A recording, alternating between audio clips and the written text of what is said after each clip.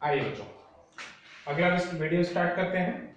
इसके पहले वाली वीडियो में मैंने आपको बता दिया था कि रेवेन्यू खाता क्या होता है और शुद्ध रेवेन्यू खाता क्या होता है। अब हम बात करने वाले हैं पूंजी खाता और साधारण चिट्ठे की। सबसे पहले हम पूंजी खाते के बारे में समझते हैं।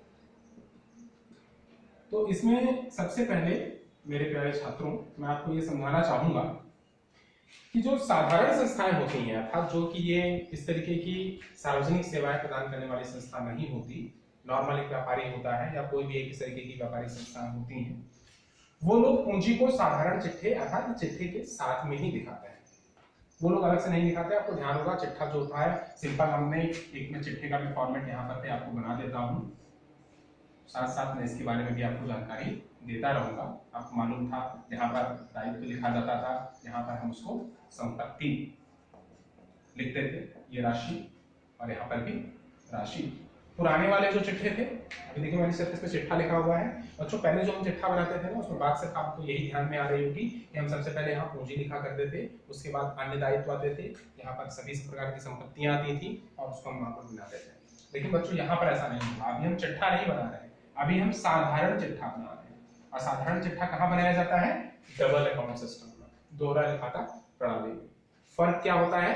साधारण चिट्ठे में फर्क सिर्फ इतना होता है कि हम उस चिट्ठे में पूंजी को न दिखाकर उसको अलग से खाता बनाते हैं। अब बात समझने की जरूरत यहाँ बच्चों ये है कि आखिर पूंजी खाते में हम लोग क्या दिखाते हैं, ऐसा अलग से इसमें क्या होगा, ऐसा बड़ा काम क्या करता होगा कि हमें इसको अलग से दिखाने की जरूरत पड़ती है। तो बच्चों इसके लिए मैं आपको सिर्फ इतना बताना चाहूंगा कि सामान्य एक छोटी मोटी व्यापारिक संस्था जो होती है, उसमें पूंजी में इतनी ज्यादा वर्ष के दौरान उतार चढ़ाव नहीं आते हैं, जिसकी वजह से वो इकट्ठे एक तौर पे प्रदर्शित होती रहती है और उसको अलग से ही वहां पर एक चिट्ठे में ही दिखाया जाता था। लेकिन एक सार्वजनिक संस्थान जो होते हैं, सार्वजनिक सेवाएं प्रदान करने वाली जो संस्थाएं होती हैं, उनकी पूंजी में वर्ष के दौरान बहुत बार निरंतर उतार चढ़ाव आते ही रहते हैं। अर्थात पूंजी खाते के अंदर आखिर हम क्या दिखाने वाले हैं? तो पहले तो मैं इस बात से आपको क्लियर कर दूं कि इस पूंजी खाते के अंदर हम लोग स्थायी संपत्ति या फिर दायित्व, इस चीज को, स्थायी संपत्ति या स्थायी दायित्व को हम लोग यहाँ पर दिखाने वाले हैं। स्थायी संपत्ति जैसे कि हो गया भूमि, हो गया भवन, हो गया प्लांट, हो गया या अन्य प्रकार की ऐसी कोई भी स्थायी संपत्ति जो कि इस सार्वजनिक सेवा प्रदान करने वाली संस्था के लिए बहुत आवश्यक है, हम लोग उनको इस पूंजी खाते में दिखाते हैं। और इसमें दिखाने का अर्थात मतलब सिर्फ यही होता है कि ऐसी संस्थाओं के लिए वर्ष के दौरान इन संपत्तियों या इन दायित्वों में निरंतर बार बार उतार चढ़ाव आते रहते हैं, इसलिए इनको इसके लिए अलग से खाता बनाना पड़ता है, जिसके लिए हम उसको पूंजी खाता बोलते हैं। पूंजी खाता बनता कैसा है? पूंजी खाते में सामान्य वैसे ही दो पक्ष होते हैं, लेकिन इसमें जो राशि के कॉलम है बच्चों तीन होते हैं। तीन राशि के कॉलम कैसे? जो पहला राशि का कॉलम होता है उसमें हम लोग बच्चों वर्तमान, माफ करिएगा, यहां पर प्रारंभिक शेष दिखाते हैं, ठीक है। उसके बाद जो राशि का कॉलम बच्चों आता है उसमें वर्तमान वर्ष की वृद्धि दिखाएंगे और अंत में उसका दिखाते हैं कुल योग। अर्थात विकलन पक्ष में हम ऐसी संपत्तियों से संबंधित जो कुछ भी बढ़ोतरी करते हैं, जो कुछ भी खरीदते हैं, उदाहरण के लिए मैं एक लेता हूं भूमि। भूमि में अगर कहता हूं कि मान लीजिए प्रारंभिक शेष यानी कि प्रारंभ में किसी संस्था के पास में मान लीजिए 1,00,000 रुपए की भूमि थी, ठीक है, 1,00,000 रुपए की भूमि थी। वर्ष के दौरान हमने 50,000 रुपए की भूमि और खरीद ली, तो हम वर्ष के अंत में पहुंच जाएंगे 1,50,000 रुपए की भूमि पर, ठीक है। ऐसे दिखाया जाता है पूंजी खाते में। इसी प्रकार से हम भवन, इसी प्रकार से कोई और अन्य स्थायी संपत्ति भी यहाँ पर दिखा दी जाती है।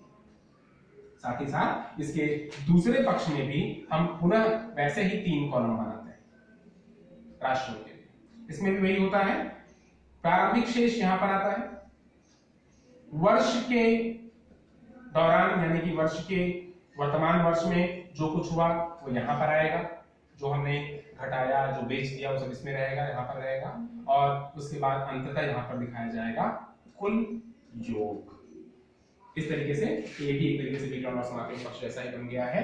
ये रहेगा हमारा विवरण कॉलम, ये भी रहेगा हमारा विवरण कॉलम। इधर अगर हम खरीदते हैं उसमें वृद्धि आती है तो ये, इधर अगर हम वही चीजों का अगर किसी प्रकार से बेचते हैं और कुछ हमारे पास पैसा आता है बेचने से तो वहां पर आएगा, कमी आती है तो ये वाला। उसके बाद बच्चों सिंपल जैसे सामान्य खाते बंद होते हैं, हम इसको भी, इन खातों को भी सामान्य तरीके से बंद करेंगे, लेकिन इसके बंद करने का थोड़ा सा तरीका अलग है। ध्यान दीजिएगा, सफाई से देखिए मैं क्या कर रहा हूँ। इन दोनों कॉलम को, प्रथम दो कॉलम में तो आपको शेष निकालने की जरूरत नहीं पड़ती है क्योंकि ये तो अपने आप में ही है और उतने ही स्थिर रहते हैं, तटस्थ रहते हैं। लेकिन कुल डिफरेंस जो हमारा आता है वो कुल योग के कॉलम में आता है।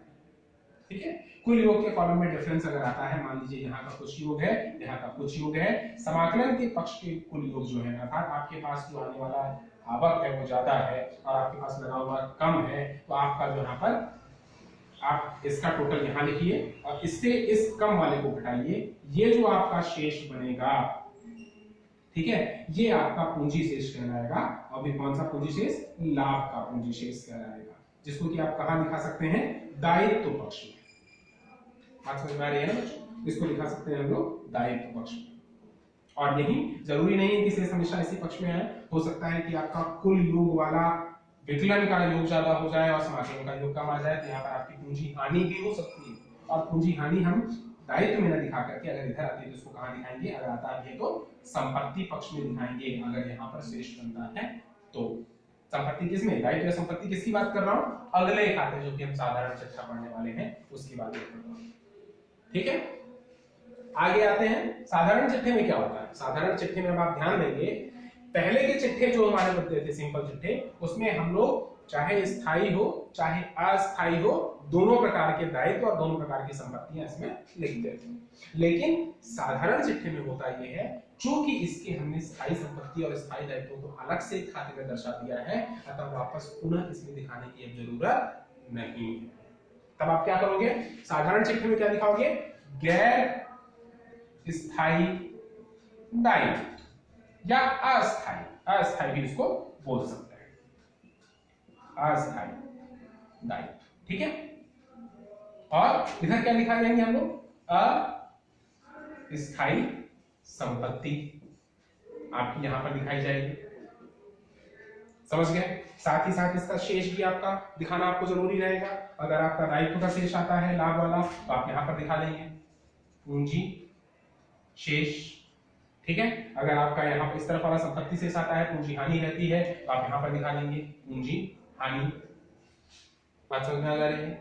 साथ ही साथ इस शेष के साथ साथ, यहाँ वाले शेष के साथ साथ हम लोग, आपको मैंने बताया था, हम शुद्ध रेवेन्यू खाता भी बनाए थे। इसके पहले वाले वीडियो मैंने बताया था कि शुद्ध रेवेन्यू खाते का भी जो शेष आता है उसको हम लोग कहाँ हस्तांतरित करते हैं? साधारण चिट्ठे में ही हस्तांतरित करते हैं। अर्थात अगर उसमें भी अगर लाभ आया होगा तो वो दायित्व में आ जाएगा, उसमें अगर हानि आई होगी तो संपत्ति में आ जाएगा। क्लियर? और फिर अंततः हम क्या कर देते हैं? इस चिट्ठे को बंद करते हैं। वापस, जैसा कि सभी को ज्ञान है, चिट्ठे का दोनों पक्ष क्या होना चाहिए? बराबर होना चाहिए। अगर दोनों पक्ष बराबर होता है तो हम इससे ये मानते हैं कि लगभग हमने जो सवाल बनाया है वो अगर किसी प्रकार की कोई माइनर त्रुटि अगर कहीं नहीं हुई होगी तो हमने जो है अपना खाता सब कुछ सही बनाया। बच्चों इसी तरीके से बस यही इसका पूरा एक बेसिक नॉलेज था। यही मुख्य तौर पर ये चार खाते हम लोग बनाते हैं: रेवेन्यू, शुद्ध रेवेन्यू, पूंजी और साधारण चिट्ठा। बस इसका इतना ही बेसिक है। अगर आपको बहुत अच्छे तरीके से समझ में आया होगा तो मैं आपसे पहले निवेदन करता हूं कि आप अपनी पुस्तक, जो कि बृहद लेखांकन की एमकॉम की पुस्तक है, आप उसमें साहित्य भवन पब्लिकेशन की पुस्तक को फॉलो करिए। और साहित्य भवन पुस्तक में जो उदाहरण दिए हुए हैं, मैं कहूंगा आप उदाहरण बनाना शुरू करिए। इसके अगले एक वीडियो फिर मैं और बनाऊंगा जिसमें मैं आपको इनके बारे में प्रैक्टिकल्स क्वेश्चंस को भी सॉल्व करके यहाँ पर दिखाऊंगा। बहुत खुशी की बात बच्चों ये है कि मेरे पास अब सारी चीजें अवेलेबल हैं। अब निरंतर मेरा प्रयास यही रहेगा कि कोरोना की महामारी को हम हराते रहें और उसके आते हुए भी हम आराम से अपना कार्य निरंतर करते रहें, हमें किसी प्रकार की कोई बाधा न आए। तब तक के लिए मुझे यहीं पर इसको विराम देना होगा। आशा करता हूं आपको समझ में आया होगा। बहुत बहुत धन्यवाद।